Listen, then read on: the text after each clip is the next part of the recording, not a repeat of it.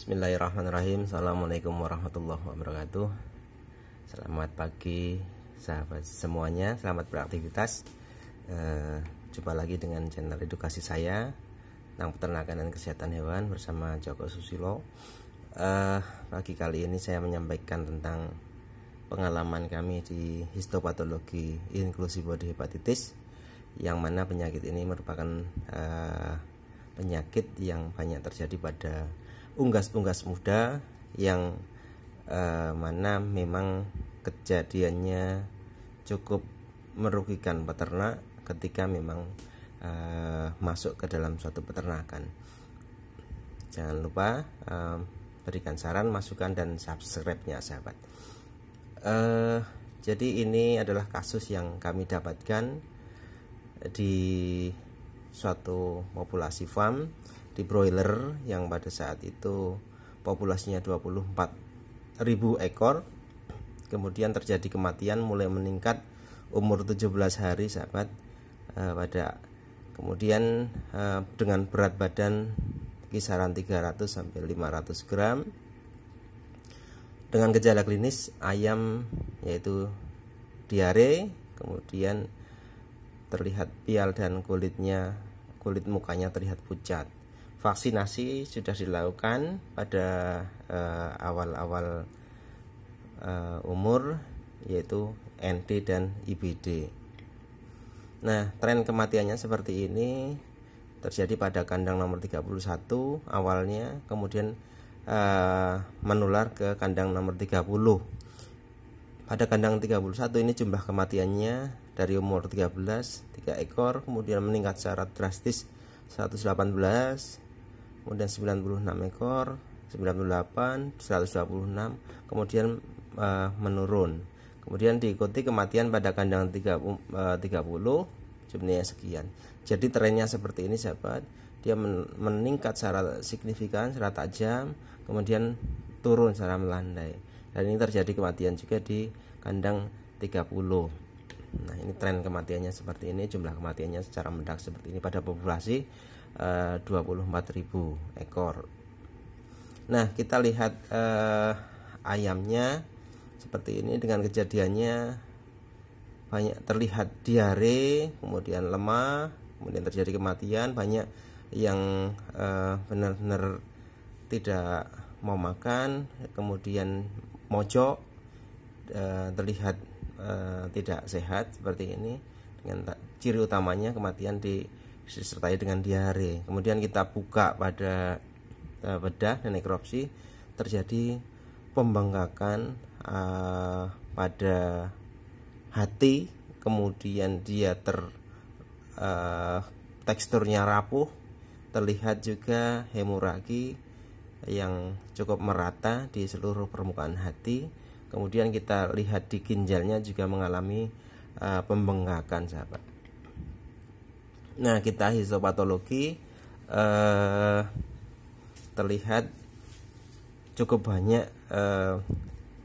terjadi nekrosa, terjadi pembengkakan pada area hati, lobus-lobus hati, kemudian dengan perbesaran lebih lanjut.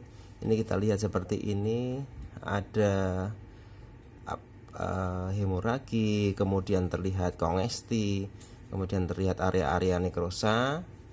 Dengan perbesaran lebih lanjut lagi, ternyata kita lihat lebih dengan perbesaran lebih kuat. Ini kita lihat inklusi body. Nah, inklusi body yang basofilik, ada yang eosinofilik, intranuklear inklusi body dalam hati, dalam sel-sel hepatosit dari hati. Nah, kemudian ini kita lihat juga perdarahan. Di sisi lain dilihat area nekrosa, kemudian sel-sel inklusi body bisa kita lihat juga banyak. Ini kemudian intranuklear inklusi body sahabat. Jadi ketika memang inklusi body yang ada di dalam permukaan hati ini menjadi banyak, kemudian menimbulkan banyak kerusakan sel dan jaringan, ini yang membuat fungsi hati menjadi menurun, atau mungkin menjadi kerusakannya semakin meningkat, menjadi fungsi hatinya semakin jauh dari untuk metabolisme tubuh, sehingga berujung pada kematian. Nah, ini inclusive body. Ada dua jenis inclusive body, yang eosinofilik dan yang basofilik. Ini kebetulan yang kita lihat adalah fase-fase inclusive body yang basofilik, sahabat. Nah, kemudian kita lihat dari pankreasnya juga terlihat area nekrosa, nekrotik area. Ini mengalami kerusakan pada pulau-pulau Langerhansnya. Kemudian kalau kita hanya melihat sepintas, ini sangat mirip dengan AI, atau kemungkinan besar juga ada infeksi campuran dengan avian influenza yang menciri pada nekrosa pankreas. Kemudian kita bisa lihat juga di pankreas ternyata terlihat inclusive body-nya, sahabat. Ini kita lihat inclusive body-nya, inclusive body. Kemudian pada jantung juga kita lihat infiltrasi dari limfosit masuk ke miokardium, ke endokardium, cukup banyak, dia masif. Kemudian ini kita perbasaran lebih kuat, jadi banyak sekali limfosit yang masuk menginfiltrasi dari miokardium. Kemudian pada ginjal juga kita bisa lihat ini infiltrasi masif dari limfosit cukup banyak. Kemudian dengan perbesaran lebih kuat terjadi proliferasi dari limfosit sendiri ini. Jadi ini keradangan oleh sel-sel radang limfosit. Nah, ketika kita lihat lebih perbesaran lebih kuat lagi, sudah terlihat limfosit dan juga terlihat plasma sel. Artinya ini bisa jadi perjalanan virusnya cukup cepat, tetapi ada juga yang mengalami kesembuhan sehingga terbentuk antibodi ditandai dengan plasma sel. Ini juga pada ginjal seperti ini kita lihat terjadi atrofi dari tubulus yang normalnya seperti ini, sahabat ya, seperti ini, tetapi banyak mengalami atrofi kecil-kecil. Kemudian terlihat area nekrosa juga seperti itu. Nah, kemudian sekilas kita juga bisa lihat limfosit masuk ke sekitar tubulus intertubularisnya. Nah, kemudian kita lihat di limfanya juga kita cukup banyak terlihat proliferasi dari sel-sel retikulernya. Nah, ini perbahasan lebih lanjut.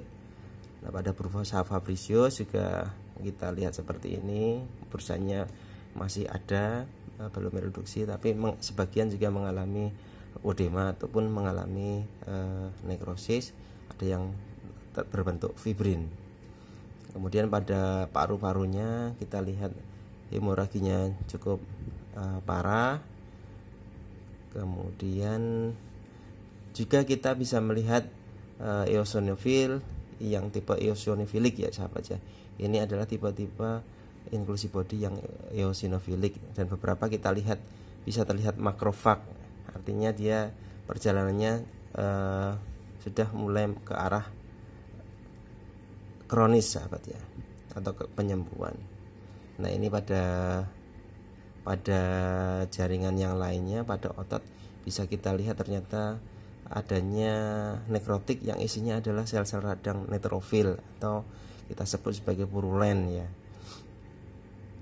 Nah, ini inclusive body sendiri merupakan penyakit yang banyak terjadi pada unggas muda, menciri kematian mendadak, kemudian peningkatan kematian disebabkan oleh Vol adenovirus yang menyebabkan infeksi inclusive body hepatitis yang dikenal juga dengan HHS atau hepatitis hidroperikardium syndrome.